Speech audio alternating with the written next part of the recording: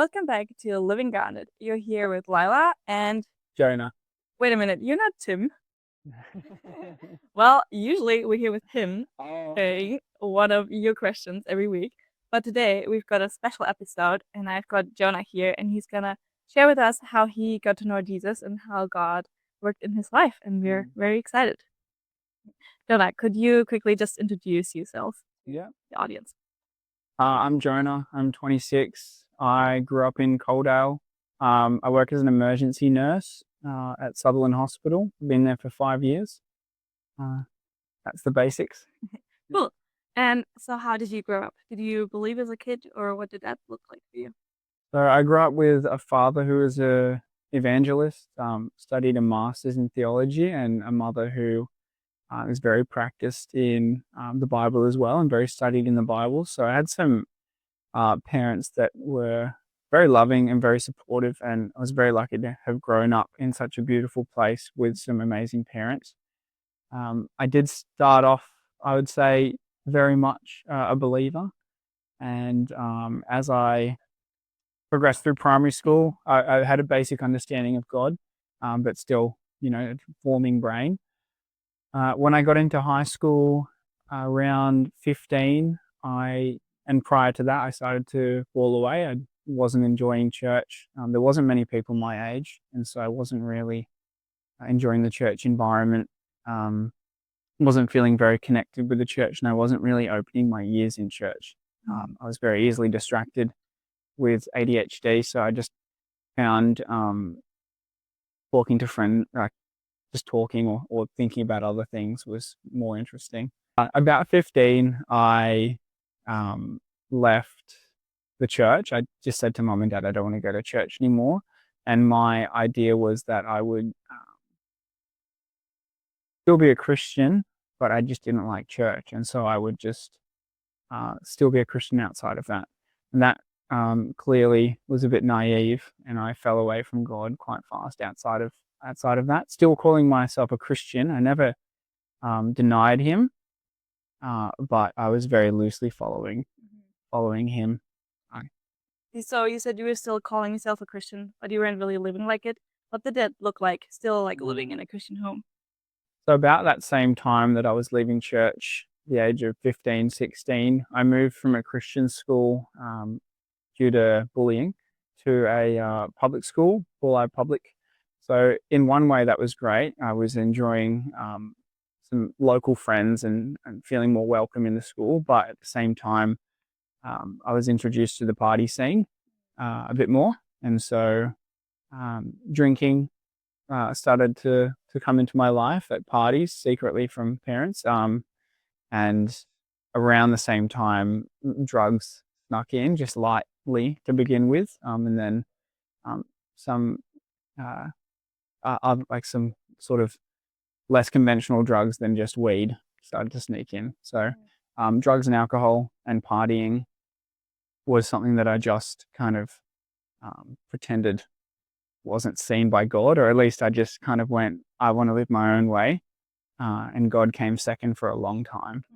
And so, yeah, that took over my life. It wasn't a daily thing, and I thankfully didn't struggle with addiction, I would say, at that point, or at least it wasn't, something I needed every day, but I was drinking every weekend. And so I guess that is a form of dependence. So Do you feel like you were looking for something in that you hadn't found before that? Yeah, I think I was just very impulsive, and I was chasing whatever everyone else was doing, chasing fun and girls, and I didn't want to miss out on life. And so I was trying to live it to the full is what I thought. So there was troubling as well amongst that. And yeah, there was a lot of sin. For how long did that go on? That went on up until very recently, actually. So I'd say I started to take God more seriously in April. And so up in last year. And so up until then, I was still maybe had settled down a little bit as I gotten older. I'm 26 now, but I was still not say no to drugs if they came up in at a party, or if I would still drink quite a bit, and sometimes, or a lot of the time, too much, depending on the event. And still, when I went on holidays, I'd usually be pretty indulgent on holidays in that kind of lifestyle as well, overseas. But then, like, made that change of heart, or what was the turning point for you? So it got to about, I think it was April last year, or just the months preceding that as well, where there wasn't anything in particular. I wasn't depressed. I wasn't at an all-time low, but I had things going okay in life. There were small disappointments and small wins, just work and things like that. But things were just going steadily along, and I just wasn't feeling very fulfilled.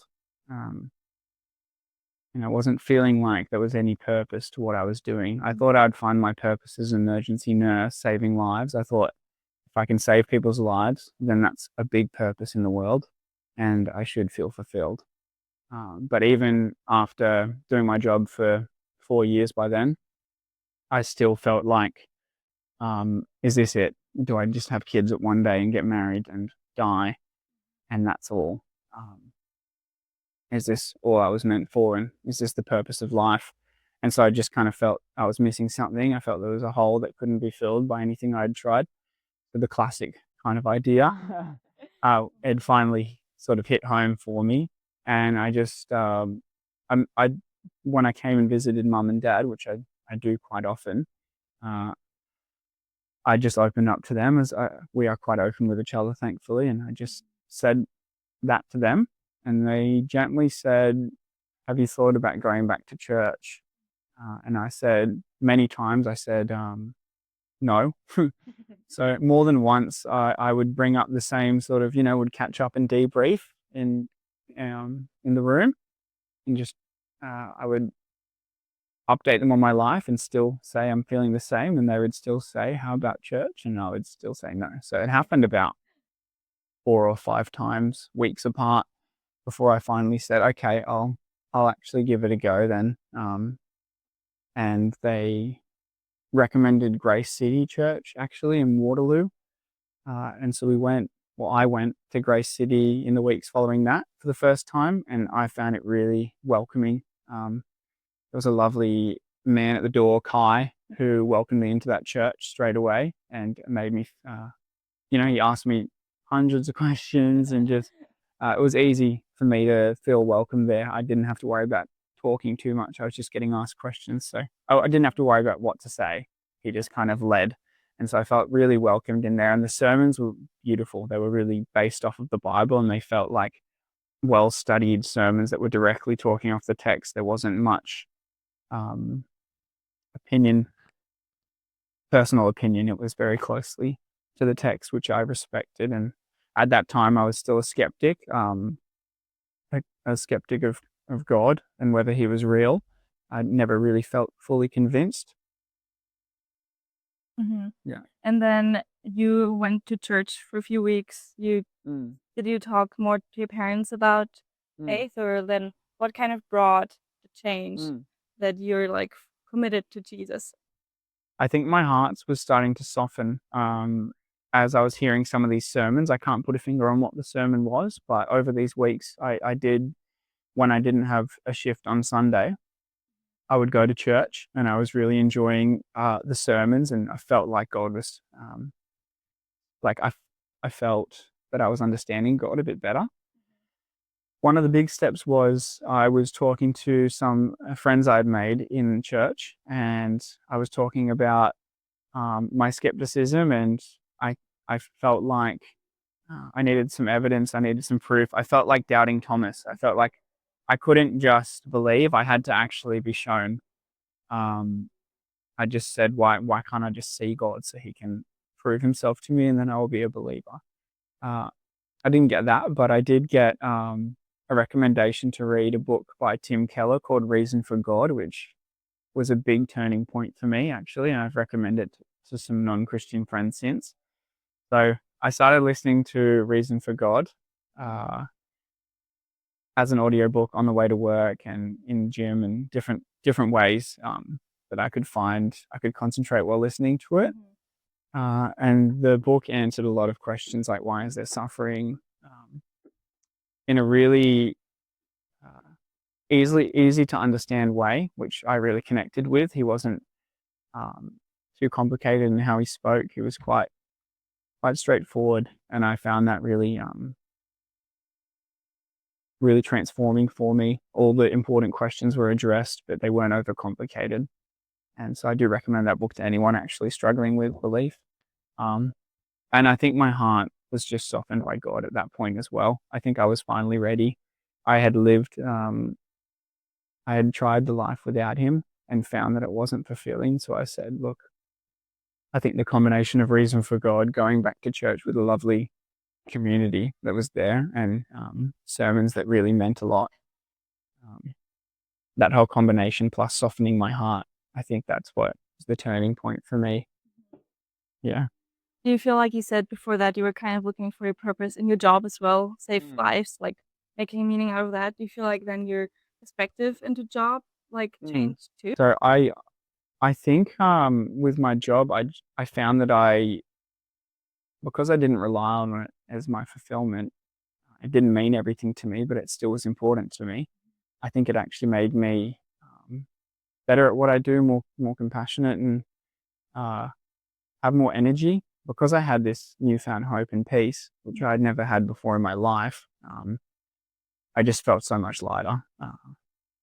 I just had God to pray to, and I just felt closer to Him. So I was just talking to Him a lot during work hours or after, debriefing Him in the car with Him. And so I found work so much more bearable and enjoyable, and I found I had energy for it. Um, I I found that after shifts, I somehow was able to uh, still feel light somehow, and not every day. Live in the real world, and so there are still hard days. But I just have this father I can talk to about it, and especially in the thick of it when there's a big emergency going on at work. He keeps me calm. Yeah, It's a better way to live. oh, definitely. Yeah.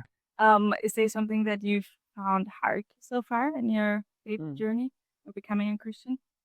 Yeah, so I mean, I haven't been perfect in my becoming a Christian, but no one is, and I'm not without sin.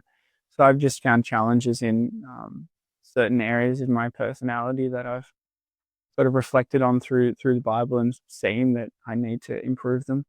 I might have known them before, but definitely now I've been knowing that patience is something that I need to improve on, whether it's usually in the car, which I'm sure some people can relate on, but humility as well is something that I need to work on sometimes, probably in the car too. Um, so those are some of the areas. Drinking. So I have improved. I don't drink as much as I used to, which is great, but still the culture is one beer is pretty hard to maintain if you've spent your whole high school binge drinking. So learning is a big learning thing for me at the moment is having a beer as an adult without having to have 6 or 7, and just having 2. So that's another area, but yeah. Which, if you like accept Jesus, you get changed and you made new, you're like a new creation. But then there's still this progress of sanctification where we grow in like dying to our flesh and like living in Christ and working out what this new life basically means and what it looks like. Yeah. It definitely takes basically our whole life until we're with Him and it's fulfilled basically. It's a constant, I think it'll be a forever thing to self-improvement until I go to heaven. There will be that constant battle to try to follow God's way, not my own way. So I'm aware I'll never be perfect, but I'm still striving to improve. Yeah. And we've got grace. Like we don't have to like self-improve to perfection, like you said, but we've got like His Spirit living us, like we heard at church camp, to do His work and His will in us, which is just amazing. And you said earlier that when you were younger, you would have said you're a Christian, and now you say you're like a Christian. Yeah. So like what, like in summary, what has changed in that? What is different now? I think I finally have been able to say to Him, I'm your servant. I give you my life. do with it what you will. I'm going to follow your ways. It's sacrifices. So sex before marriage is no longer on the table.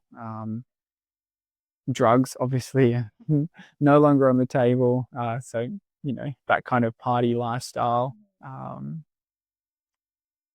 Yeah, I guess just anything that doesn't ring home as what I should be doing directly from the God, or just that gut feeling that you're doing the wrong thing usually comes around as well. So yeah, a lot of the lifestyle I was living, I gave up. I just pray to God about it and talk to my partner Darcy about those things as well as a support on my family. So that's been really good. But yeah, I'm just in that learning process of kind of meandered a bit, didn't I? Yeah.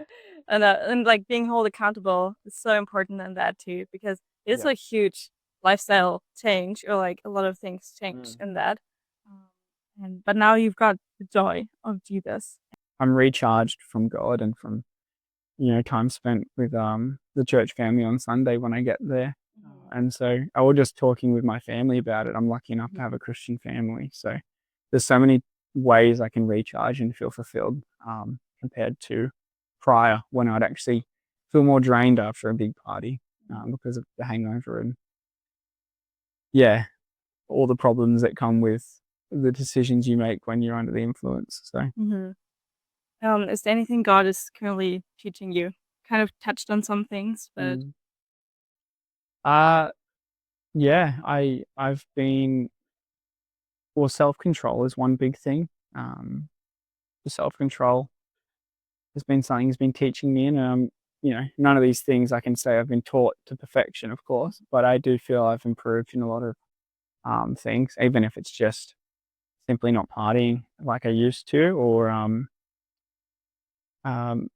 the sexual sense as well. All those battles with things like pornography and sex before marriage, those things I used to think I could never keep a handle on. As a man, I just went, oh, like that's out of my. I just didn't think I had the strength to beat any of that stuff. And in regards to pornography, I haven't used pornography in 9 months, so that's a massive win for me, actually. When I thought it would just be like something that you couldn't not watch. It just seemed impossible in my friend group that you would not watch porn anymore at all. Like, yeah, that was never up for discussion. It just shows that there was a huge transformation in your heart, because if you would have just decided out of the blue, you probably would have thought, oh, never do that. I couldn't do it without God, I know that. Yeah. Because I tried plenty of times as a non-Christian. It was not on the table, it seems. It was not possible without him. I don't hear him. I feel so much more free than I ever did, which is, I guess a lot of people say that, but it does, Great. Yeah. it does happen. Oh, Yeah. really great. What are your future plans? My future plans, I'm applying to be a firefighter, which is very hard to get into, but I'm doing the slow process of getting in. Continuing to be a nurse. I'm getting to know a lovely girl called Darcy, so that's really been a blessing. My current plans are, I'm still living in Newtown, so I'm hoping to move to Coldale in the next coming months. Saving up for a house by living with mum and dad again at 26, which would be a challenge, but they're lovely parents, so it won't be the worst challenge. And I've gotten a bit better at doing my house chores, so there'll be that too. But yeah, integrating back into the coast and picking up a lot of water sports that I used to enjoy, and hopefully get back into surfing. So yeah, just moving back down here and planning myself at Village, which is really exciting, actually. We're really excited to have you. And I think this is great for people to already get to know you more. And I think it's already been really encouraging for you to come to church whenever you're down here, and just to invest yourself, and also to be open to do this and to share with us and be vulnerable in that. Thank you. We're really keen to have you. Next week, we're gonna go back to answering your questions. So if you have any questions either about something you maybe heard today or in church, just feel free to send them in via the phone or the app or the website of Village Church. And until then, and see you next week. Thank you. Bye.